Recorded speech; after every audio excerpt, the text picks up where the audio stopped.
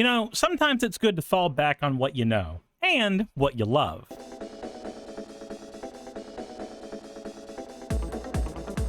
So I've had a tumultuous history with aristocrats. I started out not understanding how to play the decks at all, and getting very frustrated when I tried to build a deck called Dina Soulsteeper. Then I realized that I was building the decks entirely wrong, mostly because of the advice of a different YouTube channel that I'm not gonna name, and as a result, I was not having the impact on boards that I felt like I needed to. Now, this led to a bit of an epiphany, how to actually play these decks well. For those who don't know what an aristocrat deck is, they are based off of the Cartel Aristocrat card originally.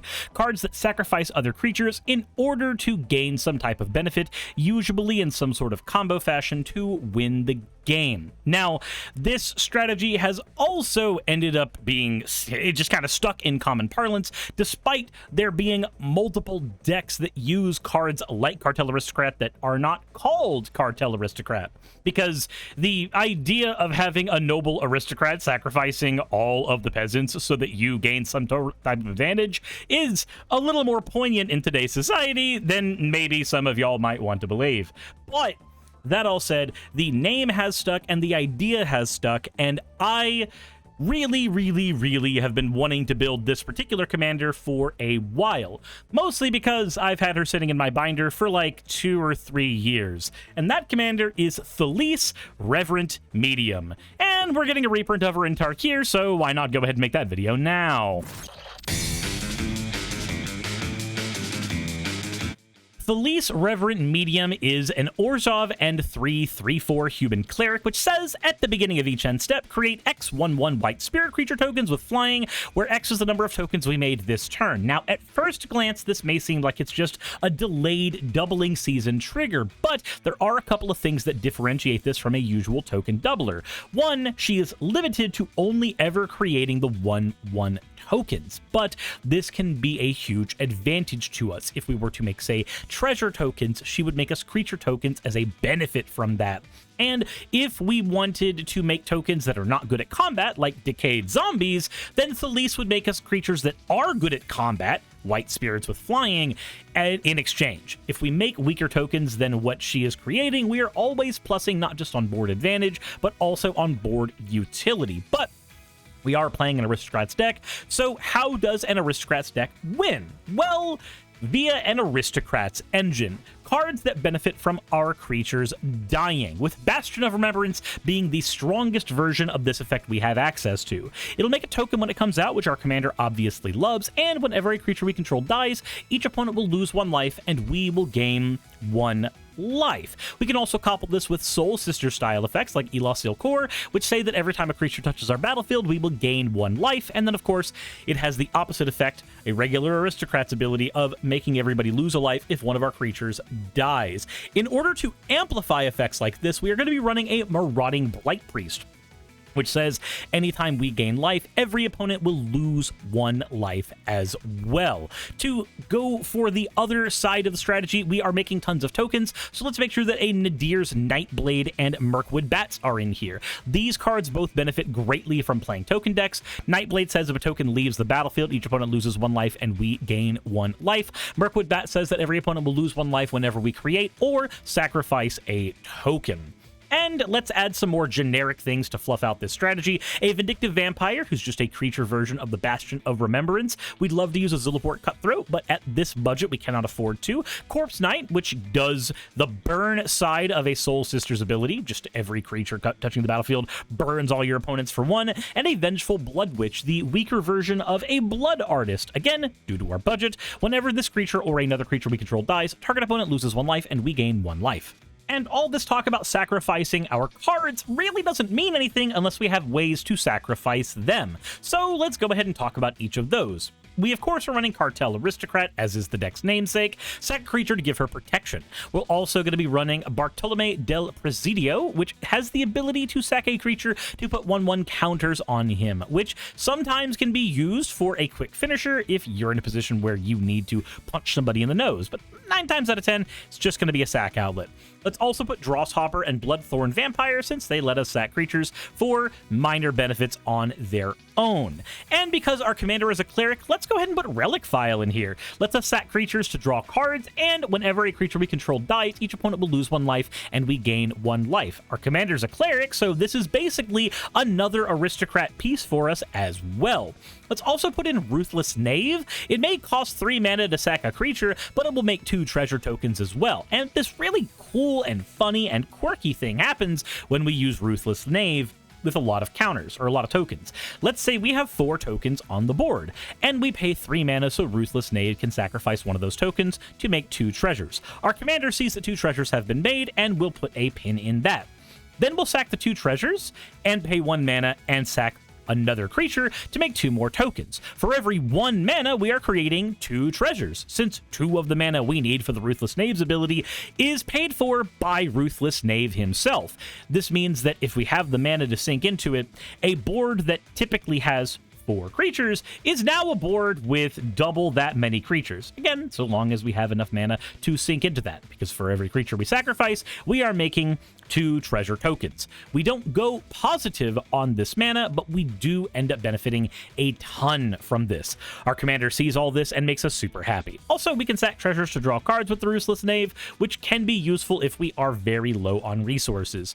And I cannot take credit for the next card that is in this deck. This is actually inspired by a video I saw where 3/3 Elk was talking about it. This is the Maw of Obsidat. This really dumb and quirky little card says we can sack a creature to give all of our creatures 1/1 until end of turn. This allows our deck to pivot from an Aristocrats deck into a combat deck. Let's say that your commander has made 2 or 3 tokens on your opponent's turn, and our board total is like 8 tokens, right? After we've made some tokens that might actually have summoning sickness that we can't really use at that moment, let's go ahead and sack 2 or 3 of those tokens away to give our tokens that don't have summoning sickness +3/+3. Now we're swinging at an opponent with 8 3/3s, and that's probably going to be lethal if we've been keeping up on burning our opponents down. It just gives us that ability to pivot for combat. It is a bit pricey at 5 mana, but I think it's worth it as a surprise I win button. Speaking of tokens, let's go ahead and start spawning a ton of those, beginning with Ophiomancer. At the beginning of each upkeep, if we control no snakes, we get to make a 1/1 snake with Death Touch. Because our commander sees the tokens that we've created on every turn, not just our own, as long as we are constantly sacrificing the tokens Ophiomancer makes, we are going to be able to spawn extra tokens with our commander constantly. Let's also run Barum Bertram, who has a sack ability on himself, and whenever 1 or more tokens enter the battlefield under our control, we get to make a 1/1 black vampire creature token. This extends our usual token creation and just helps us out greatly in so doing. Also, we want to benefit from creatures dying a lot, so let's put Ghoulish Procession, Ogre Slumlord, and Open the Graves in. Each of these spawn tokens whenever one of our non-token creatures dies, but in the case of Ghoulish Procession, it'll spawn a token whenever any non-token creature dies, but with a limit of happening only once per turn. These will all generate lots of tokens for us for our commander to see on multiple players' turns. Let's also spawn a lot of tokens at once with March of the Canonized. Whenever it enters the battlefield, we make X1/1 white vampire tokens with lifelink. If we've got Marauding Blight Priest out, this may be a very good time to burn people for lots of damage, but the March of the Canonized also has a secondary ability to spawn a 4/3 white and black vampire creature token if we have the right devotion to it. So as long as we've got enough permanents on the board, March of the Canonized will spawn us some new tokens. This white and black vampire creature is a great swinger, being able to swing for 4/3, and it's a token that our commander sees, so why not? Also, another upkeep trigger, let's go ahead and put Dreadhorde Invasion in. Just remember, like with the Ophiomancer, sack the token or you no longer get the benefit of this card. Keep up with sacrificing it. And I got a card that'll help you sacrifice that token. This is Shilgengar, Sire of Famine. I know he's a bit expensive at 5 mana, but hear me out. He sacrifices a creature to create a blood token. If we sacrificed an angel this way, then we make a number of blood tokens equal to that card's toughness instead. We don't have any angels in this deck, but this is basically another sack outlet for our deck that replaces every creature we sacrifice with a blood token, which our commander will then replace with spirit tokens, so we never actually lose those creatures ever. We get to stay completely neutral on the amount of creatures we have, while also gaining tons of blood tokens to loot through our deck, while also dealing tons of damage to our opponents with aristocrat pieces. Like, just picture this for a moment. You have Relic File on a board, and you've got Shill Gengar, and you have 3 tokens. Let's sacrifice those 3 creatures to make 3 blood tokens, burning our opponents for 3 each, and we gain 3 life. Then our commander makes 3 tokens at the end of that turn. Our opponent's turn comes up, and we burn the entire table for 3 again. And then again, and then again. This means every turn cycle with just 3 tokens, Shill Gengar is allowing us to gain 12 life and burn our opponents for a combined 36 life. This creates a ton of really, really stupid scenarios where we get to never change our board state, but burn our opponents for a fuck ton. And in the event that we have a card like, say, Barum Bertram out, then we're actually going to keep on going token positive because he creates an extra token every time we do this once a turn. I don't know how to explain just how stupid interactions like this can get if we keep them going over the course of multiple turns. That same 3-token board, if Baron is on the board as well, is now burning our opponents for 3, then 4, then 5, then 6. Now everybody's taking 15 damage instead of 12. More than 15 damage. I lied. They're taking 18 damage instead of 12. We're burning the entire table for 36 instead of our, or hell, even more than 36. I can't even count. The numbers are dumb. 36 to 2 people. We have the 18 onto that as well. 44. We're hitting everybody for 44. We're hitting everybody for not quite lethal because this is spread between everyone, but 44 damage is nothing to sneeze at in Magic the Gathering. And again, this is with a very, very reasonably conservative board of only 3 tokens. And all of these cards are wonderful, but if we're sacking so many things, then eventually we're going to run out of resources ourselves. It's just kind of the nature of the beast. So we need to make sure that our deck is also running a pretty heavy recursion engine as well to get our important pieces back. Let's begin with Hero of the Dunes. This is a Sun Titan style card that revives an artifact or creature with mana value 3 or less from our graveyard, and then gives all of our creatures with mana value 3 or less 1/0. This is another way that we can pivot our commander into a combat commander. Speaking of Sun Titan, we're not running one of them in the deck, but we are running a Redemption Choir, which will do the same thing for less mana, giving us any permanent with mana value 3 or less as long as we meet the Coven restriction. Let's also put a Reassembling Skeleton in here, so we always have a sacrifice outlet if we need. Just a card that we can sack constantly without really worrying about losing it. And since we're sacking creatures so much, a Vat of Rebirth goes a long way. After we sacked 4 things, this will go online, and we'll be able to revive creatures by paying 3 mana. We can also revive creatures by paying 3 mana into Altar of Baal, as long as we're willing to exile one of our tokens. Honestly, using this to exile something big like Hero of the Dunes, and then letting Hero of the Dunes grab something like our Vat of Rebirth from the grave if opponents have removed it, is just perfect. Altar of Baal is fantastic. This is a pet card of mine. I use it in a lot of decks. Let's also sack a creature to revive 2 creatures with Victimize. Let's revive a creature with Dread Return and then sack 3 creatures to use Dread Return again. Let's sack 2 creatures to revive 1 creature with Whisper Blood Liturgist. And why don't we go ahead and sack all of our tokens with Lich Knight's Conquest to win most games, since this will revive practically our entire graveyard upon casting it. And that does it for our core strategy. Make tons of tokens, sack tons of dudes, burn people for lots and lots of obscene amounts of damage. But none of this will work if we don't have a lot of draw power, so let's talk about that. Now, obviously, some of the deck's draw power is tied up in its sacrifice outlets, and that is fine, but we need to make sure that we've got basic-ass draw as well. And a lot of these draw cards do actually sacrifice cards too, so they fit with our deck's theme very well. Fake Your Own Death will give a creature the ability to revive if it ever dies, and it'll make a treasure token when we do, which of course our commander will see and be very happy about. Treacherous Greed says that we can sack a creature that dealt damage this turn to draw 3 cards and then make every opponent lose 3 life, and we gain 3 life.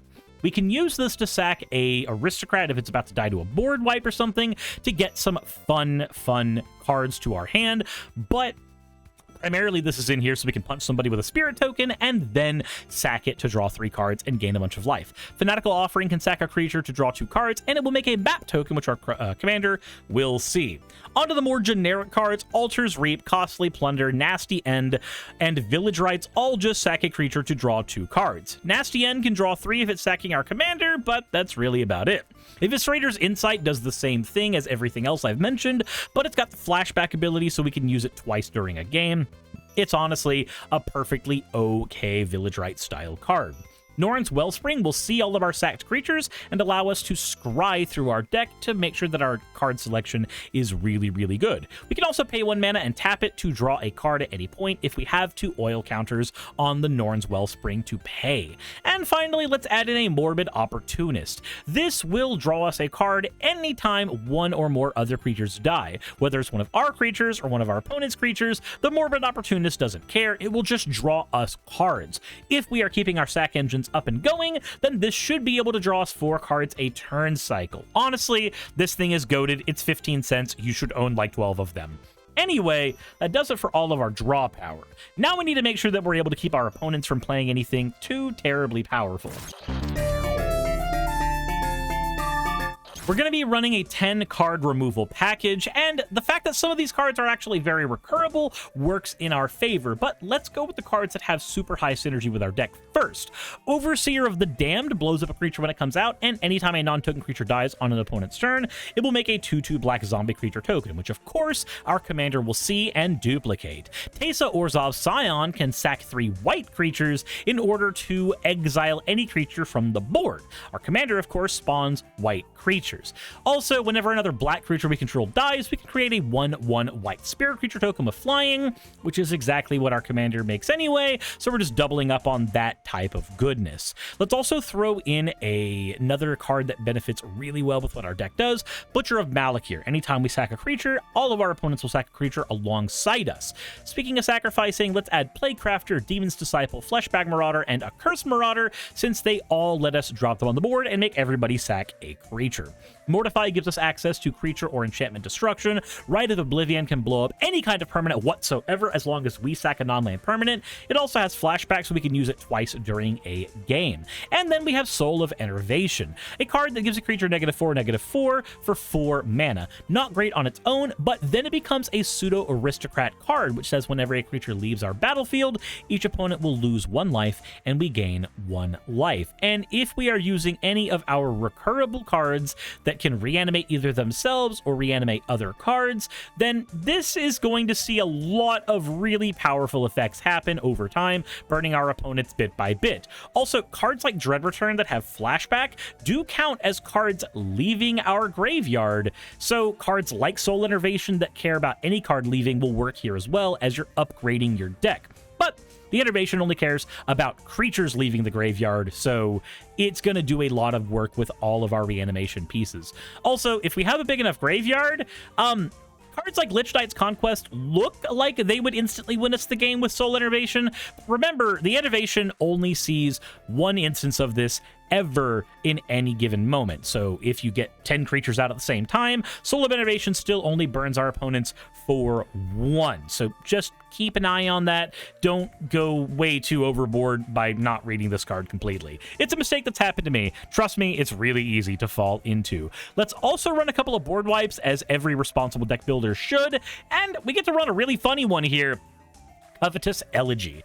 Covetous Elegy allows us to select 2 creatures to keep and then sack the rest. Then we will make a tapped treasure token for every creature our opponents control. Now, honestly, the funniest way to use this card is by playing a Mirkwood Bats alongside our commander and then having a lot of creatures on the board. Then our opponents, who have been making 2, 3, 4, 5, 6, 7 creatures each, we use the Covetous Elegy, we keep the Mirkwood Bats, we keep our commander out, and then we blow up all of their boards except 2 creatures.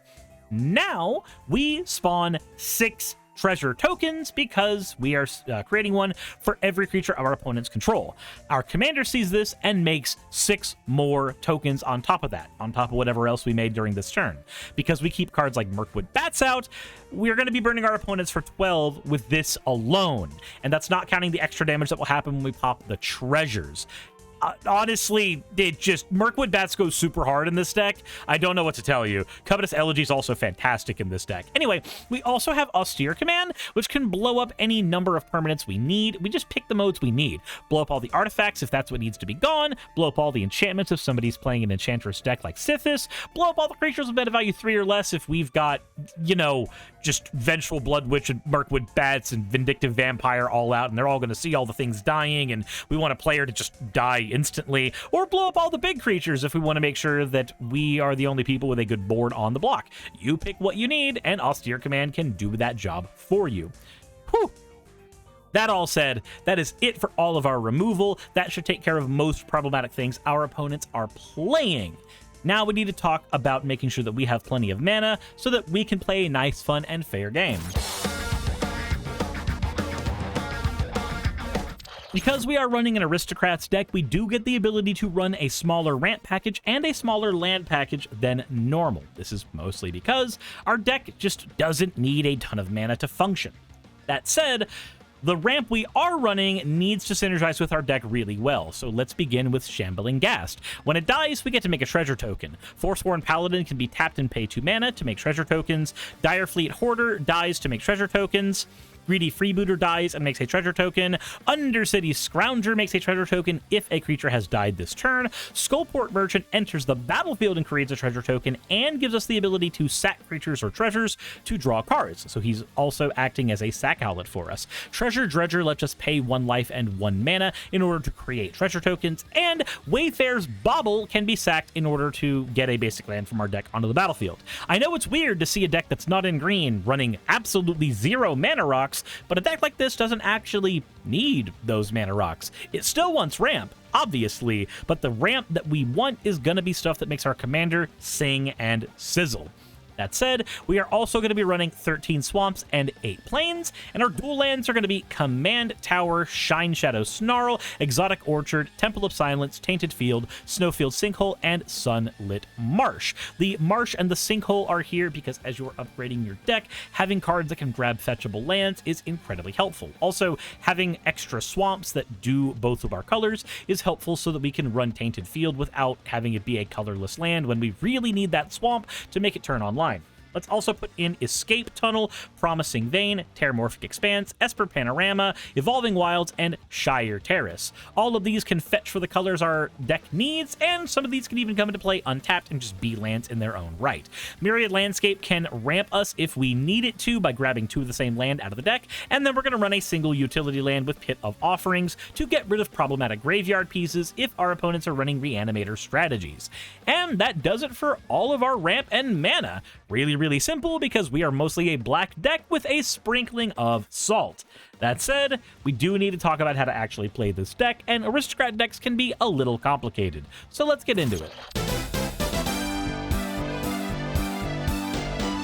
Now, we really want token production early in our games for this deck, but looking at our hand, we actually have a pretty okay curve out.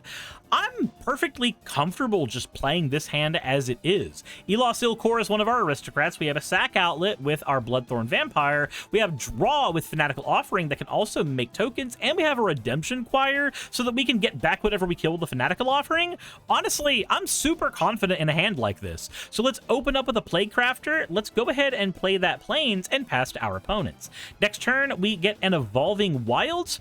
Let's play that Swamp out and tap 1, 2, and let's get Elos Ilkor.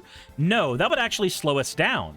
Actually, we want Evolving Wilds, and we want to sack that to get a swamp from our deck. This is actually going to speed us up quite a bit, and it will work way better in our favor. Trust me. We move to our next turn, and we get to play a swamp. Do we want the swamp? It depends. If our opponents... Actually, we don't need the swamp. We drew a Curse Marauder. We're going to pay 1, 2, and we are going to play a Curse Marauder and make everybody lose a creature. Then we are going to play Pit of Offerings tapped, and we are going to get rid of the creatures we got rid of originally so that we can gain... we're going to look for white mana in those. Let's go ahead and say Pit of Offerings sees at least 1 white creature. And the reason we want that white mana is for the Redemption Choir. But we need to make sure that our opponents are low on creatures. Next turn comes up, our opponents are going to play 1 creature each, and we are going to play a Swamp. And I'd love to play Redemption Choir, but we don't have the creatures out to make it work. So we're going to pay 1, 2, 3, 4, and we are going to play our Blood-Cursed Vampire and our Elos Ilkor, but not in that order. We're going to gain 1 life and pass to our opponents. Now we go to turn 5, and let's go ahead and play a Swamp. 1, 2, 3, 4, 5. Let's play Redemption Choir, and that's going to get back Evolving Wilds, and we're going to crack that, go into our library, and get a Plains. And then we're going to pay 1 and get the Wayfarer's Bauble out. We pass to our opponents, and we move to turn 6. We've mostly been setting up, but we are able to keep our opponents from doing a whole lot right now. For instance, let's, instead of playing our commander, let's crack our Wayfarer's Bauble, and we're going to not go into our deck yet because we're going to be using that here in a minute. We're going to pay 1, 2, 3. And we're going to play Playcrafter and make all of our opponents sack a creature. Then we're going to swing with our Redemption Choir and go into our library. And our Wayfarer's Bauble's grabbing us a Swamp. And then our Evolving Wilds we're going to grab from the graveyard is going to grab us a Plains. If our opponents have made a lot of creatures, then instead of the Plains, we are going to grab that Playcrafter again and just keep hurting them with that loot. Now, we move into the next turn, and let's go ahead and play a Vat of Rebirth. And 1, 2, 3, let's play Relic File.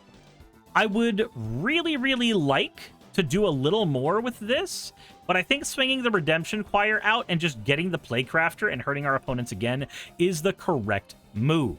Moving on to turn 8, we have Norn's Wellspring. I think it's time to 1, 2, 3, 4, 5. Let's go ahead and play our commander. Our commander has 3 power, so God, it really hurts. I want to use Fanatical Offering. Yeah, I can't use Fanatical Offering yet. I have to swing with the Redemption Choir. We have to make the Playcrafter. We have to make it get sacrificed.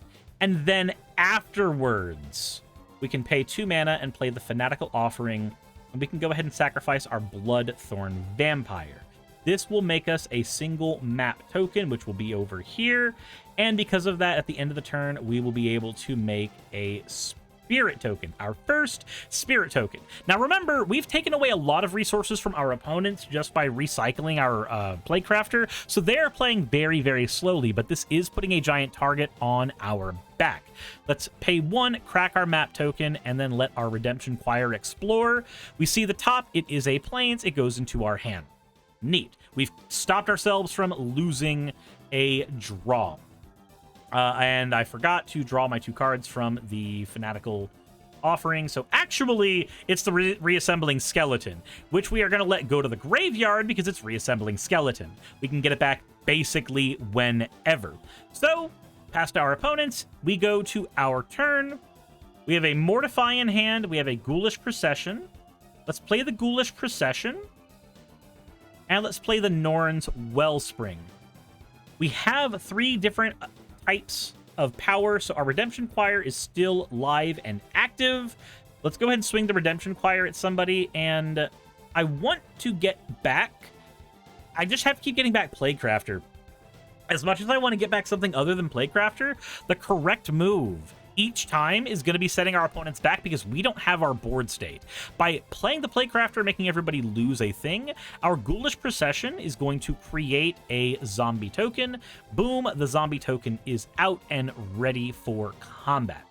Now, let's go ahead and pay 1, 2, and let's summon our Reassembling Skeleton from the grave using his own ability.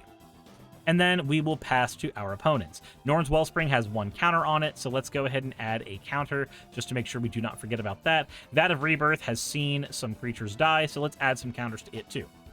We move to the next turn. Our commander makes a token, and then on our opponent's turn, we are going to pay 2, sacrifice the Reassembling Skeleton in order to create a zombie with the Relic Vial and draw a card. In so doing, we will also spawn another token thanks to our commander. We don't have any more ways to sack things right now, otherwise we would be using them. But we can pay 1 and crack the Norn's Wellspring to draw an extra card. And now we're cooking with gas. So our Elos Ilkor is already burning our opponents for a bunch every time we do these sack abilities, but check this out. We go to our next turn, and now we can start doing some silly stuff. Let's pay 1, 2, and let's get that Corpse Knight out on the board. Let's pay 1/2, and let's get the reassembling skeleton out on the board, and let's attack with our commander in order to get our sack outlet back out on the board.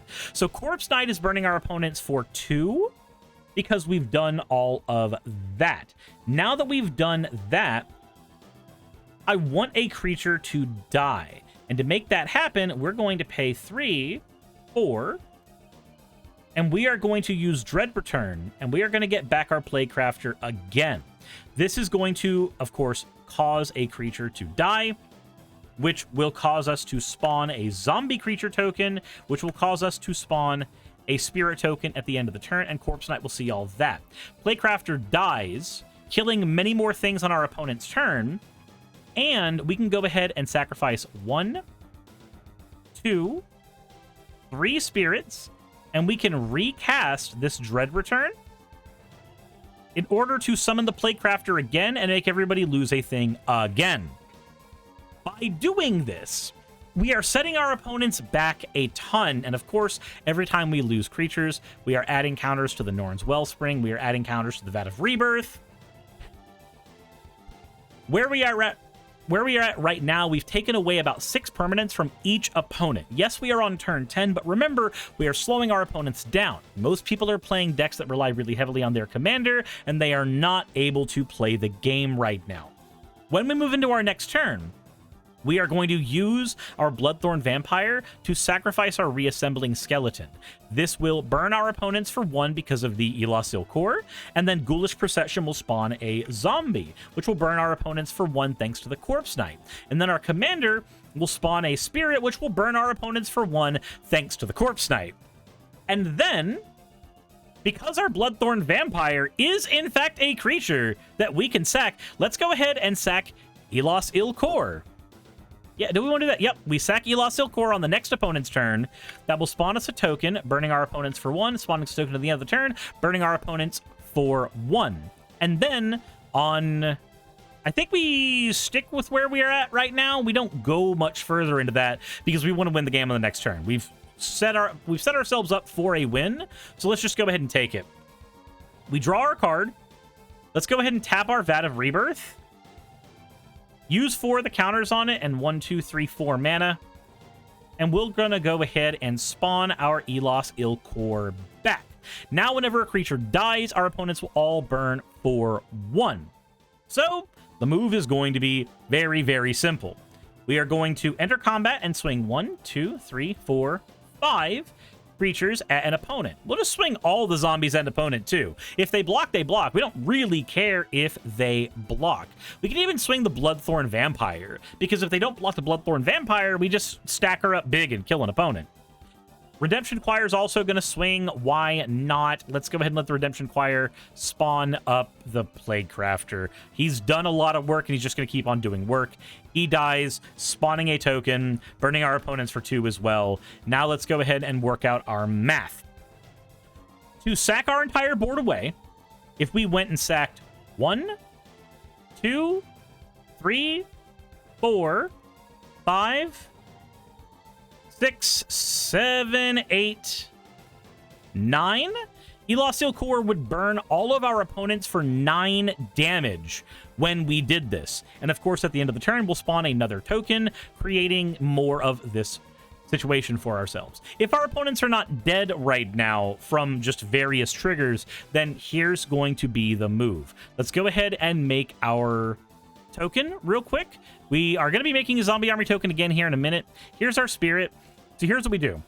We go to our next opponent's turn, and on their turn, we are going to pay 2, and we are just going to reassemble our skeleton again. That will burn our opponents for 1 again, giving us 1 life again.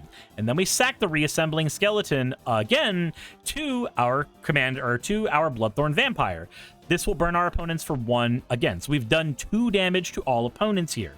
Then that will spawn a token from the Ghoulish Procession again. Why am I making a zombie army? Fuck it, it's fine. It's a zombie army.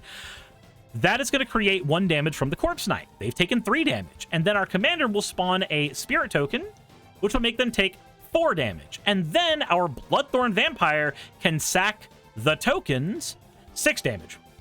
This means with our current setup, As long as we have 2 mana, which we have enough for every player's turn, our opponents are burning for 6. They took 9 in the last turn, plus combat damage, plus the original Corpse Knight damage. So they took about 13 or 14 minimum during the last turn. And they are taking 6 every turn now because of our board setup.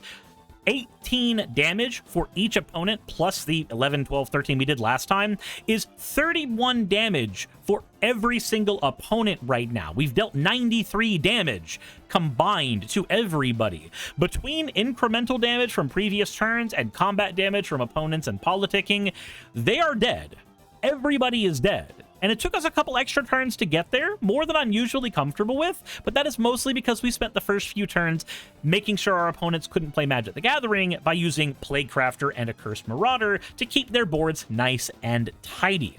The only side effect of this is if our opponents were running a heavy artifact or an enchantment theme, we didn't really have a way to deal with that. But if our opponents were playing Planeswalker heavy decks or Creature heavy decks, then we definitely took them out by looping these cards and keeping them from being able to play Magic while we assembled our setup to win the game. And remember, if we happen to get board wiped, our Norn's Wellspring has stacked a ton of counters on it. I stopped tracking them when I saw that we had the line to win the game. The Norn's Wellspring can just keep drawing us extra cards incrementally, and the Relic Vial can draw us extra cards off the tokens from our commander, and we'll be able to get to things like, say, this March of the Canonized, which we could play, spawning, what, 1, 2, 3, 4, 5, 6, 7 tokens. Our Corpse Knight sees that. That's 7 damage, and then we get to sack those for 7 more damage from Elos Ilkor. Like, there's 21 damage right there. Or it's 14 damage right there. Sorry. 21 damage when you count the tokens our commander will make, and 28 damage when you count sacking those to Elos Ilkor. Like, we just have a game-winning board state. That is the way you want to win. Oh, I'm dumb. We won a long time ago. I forgot we had Relic File. I forgot Relic File was burning our opponents for 1 every single time we did any of that. So take all the damage we did and add 1 more per token. Our opponents didn't take 31 damage in that last set of things happening. They took... what was that? Like 11, 12 each more damage from the Relic File? I can't count anymore. We won this a long time ago. We won this turns ago, and I just can't count because I forgot triggers on Relic File. I'm scared of what happens when you add money to a deck like this.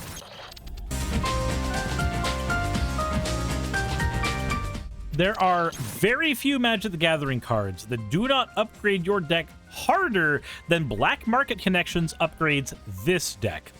Holy crap. Being able to not only draw cards, but make a treasure token and a shapeshifter token that our commander then sees and creates more of is fantastic. It's insane the kinds of power you get from a card like this in this deck. And Charismatic Conqueror, I mean, come on. If you're playing a tokens deck, Charismatic Conqueror does a ton of work, staxing your opponents out unless they are willing to give you white vampire creature tokens, which of course our commander really likes. And with all the tokens we're making, why not go ahead and add a Skull Clamp to get tons of draw off of them? Let's also make sure that our sack outlets are a little stronger. Let's throw in an Ashnod's Altar, Phyrexian Altar, and a Warren Soul Trader. Warren especially does way too much work in this deck, meaning that we can sack creature tokens to make more tokens with treasure tokens, and then we replace those creature tokens with our commander. Like, Warren Soul Trader plus our commander, plus an Elos Ilkor or Mirkwood Bat style card is just, it's ludicrous amounts of damage every turn cycle. It's kind of insane the types of just absolute power you gain from combining these cards together. Let's also make more tokens with Elunda the Dusk Rose. All of our creature tokens dying give her 1/1, and of course we can just make her die to make tons of vampire creature tokens. It's Elunda the Dusk Rose. She's fantastic. Fountain Port's another great addition. It's a land that gives you a ton of utility. Campbell allows us to have another aristocrat while also spawning more tokens as we need. Let's also spawn extra tokens to make Zulaport Cutthroat stronger, Blood Artist stronger, Cruel Celibate stronger. These cards are great upgrades for the deck, as they are just stronger versions of what we already have in the deck, but those tokens that we are making can also benefit an Idol of Oblivion, a great draw engine for a deck like this. A better sack outlet for our deck would also be Woe Strider, as it makes us a token when it comes out and is repeatable with its escape ability. Let's also get rid of one of our sack creatures to draw 2 cards and replace it with a Deadly Dispute, as this card just makes a treasure token along with the sack, which is great. And with all the 1/1 creatures responding on everybody's turn, a Welcoming Vampire is going to do lots and lots of work in here. And let's add in probably the strongest Ghoulish Procession style card, a Blight Mound, as it makes 1/1 black pests every time a non-token creature dies on our board. And those pests also gain us a life when they die, so if we have, say, a Marauding Blight Priest, we get to get double and triple benefits off of that. Then a Teysa Karlov. This thing is fantastic, as it makes all of our triggered abilities from deaths basically just double, and giving our tokens Vigilance and Lifelink means that they are going to be able to generate us lots and lots of life gain, which, if you wanted to take the deck in a very Sanguine Bondy direction, would make this very, very ludicrously strong with the types of combat scenarios you can get with those tokens. Speaking of combat scenarios, let's go ahead and give the deck one more bit of combat prowess with Divine Visitation. Now, if our creature tokens would be created under our control, we make 4/4 angel tokens instead. So these tokens are now going to be super powerful combat machines on top of everything else that they are able to do. Our opponents get put on very, very thin clocks when we do this. And that does it for the deck. Hopefully you guys enjoyed. I really love Aristocrat style decks, so this was a blast to put together, and I'm hoping that y'all ended up enjoying it as much as I ended up enjoying making the deck. That all said, if you want to support me and what I do, I am usually live on Mondays through Thursdays talking about important stuff to me. I've got a main channel where I talk about politics. You could also support me directly by going to Fourth Wall and picking up my playmat, or checking out my Patreon, where you'll get behind the scenes stuff where I talk about stuff that's going on in my life. I also would love if you would subscribe to this channel or check me out over on Blue Sky. That all said, thank you all for watching, and I hope you all are having a wonderful, wonderful day. Insert end of video tagline here. Hey, thanks for making it to the end of the video. I really could not do any of this without all of you. Those of you watching, and especially those of you who support me on Patreon. I wanted to go ahead and take a minute to thank all of you who do that, because with YouTube being what it is these days, I really cannot do this full time without the support from each and every one of you. Those people would be Red Joker, Purple Poundini, Jemshin, Britzkrieg, Jupe the Malignant, Michael, Ravelern, Mabbity Babbity, Astral Frontier, Tales of Atonement, Nixie Chan, Kiri Artemis, Victorian Alchemist, I'm not saying the last part of that, and you know that, Lil Ururaka, Arcton Arclacier, Kiratorian, Dren Hadamata, Jordan M, John L, Lord Bleck, Smiling Game Master, and Fire Shard. Thank you so very much. But since you're here, why not go ahead and try watching another one? There should be one that's on the screen right now. And if you are a patron of mine, I wanted to go ahead and thank you again for all of your support. There is still a video you could press, though, if you'd like. I would appreciate it just a little bit.